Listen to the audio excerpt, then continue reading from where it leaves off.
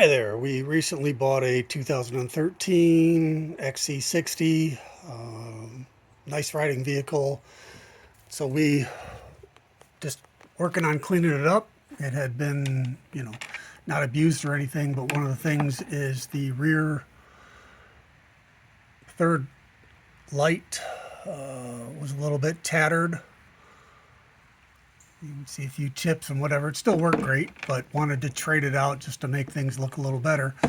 And I bought one of the eBay listings, and it turns out to be a brand new Volvo part, but there's a difference in them. If you look here, I already have the new one plugged in, ready to go, and that's where my issue came in. So this has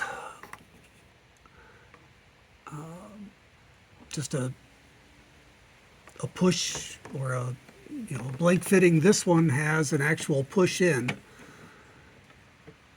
So there's not enough on the new one. There's nothing to fill this hole.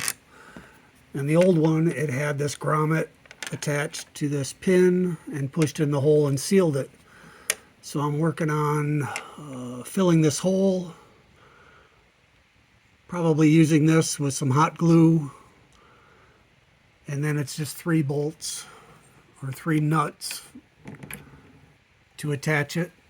And there's some other videos online that show a good representation of how to get to this one, because you can't use a ratchet on it. You can use the socket, but you got to use basically a pair of pliers on your socket to get it tightened up. So just thought I'd post this for a hint for people that were looking to purchase the new